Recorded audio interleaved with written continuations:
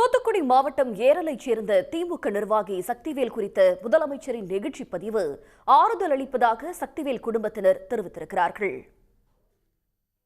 தூத்துக்குடி மாவட்டம் ஏரலைச் சேர்ந்த திமுக நிர்வாகி சக்திவேல் குறித்த முதலமைச்சரின் நெகிழ்ச்சி பதிவு ஆறுதல் அளிப்பதாக சக்திவேல் குடும்பத்தினர் தெரிவித்துள்ளனர்.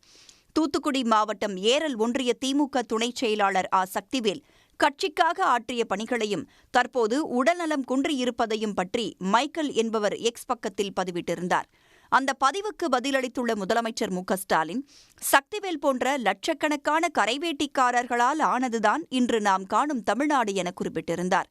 உணர்வால் மண்ணில் வேர் விட்டிருக்கும் இயக்கம் இது என்றும், என்ன மாதிரி பொய்களை பரப்பினாலும் சக்திவேல்களை கொண்டாட மைக்கேல்கள் வந்து கொண்டேதான் இருப்பார்கள் என்றும் கூறியிருந்தார்.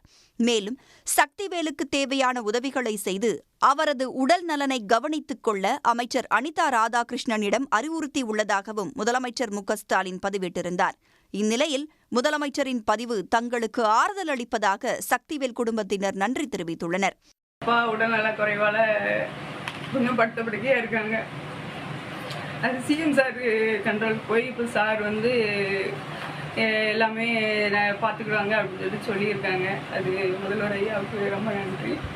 திமுகவில் 60 ஆண்டுகளுக்கும் மேலாக செயல்பட்டு வரும் சக்திவேல் பல்வேறு பொறுப்புகளை வகித்துள்ளதோடு பேச்சாளராகவும் திகழ்ந்துள்ளார். இந்நிலையில் முதலமைச்சரின் பதிவுக்கு அவரது குடும்பத்தினர் நன்றி தெரிவித்துள்ளனர். உடனுக்குடன் செய்திகளை தெரிந்து கொள்ள சன் நியூஸ் பெல் ஐகானை கிளிக் பண்ணுங்க.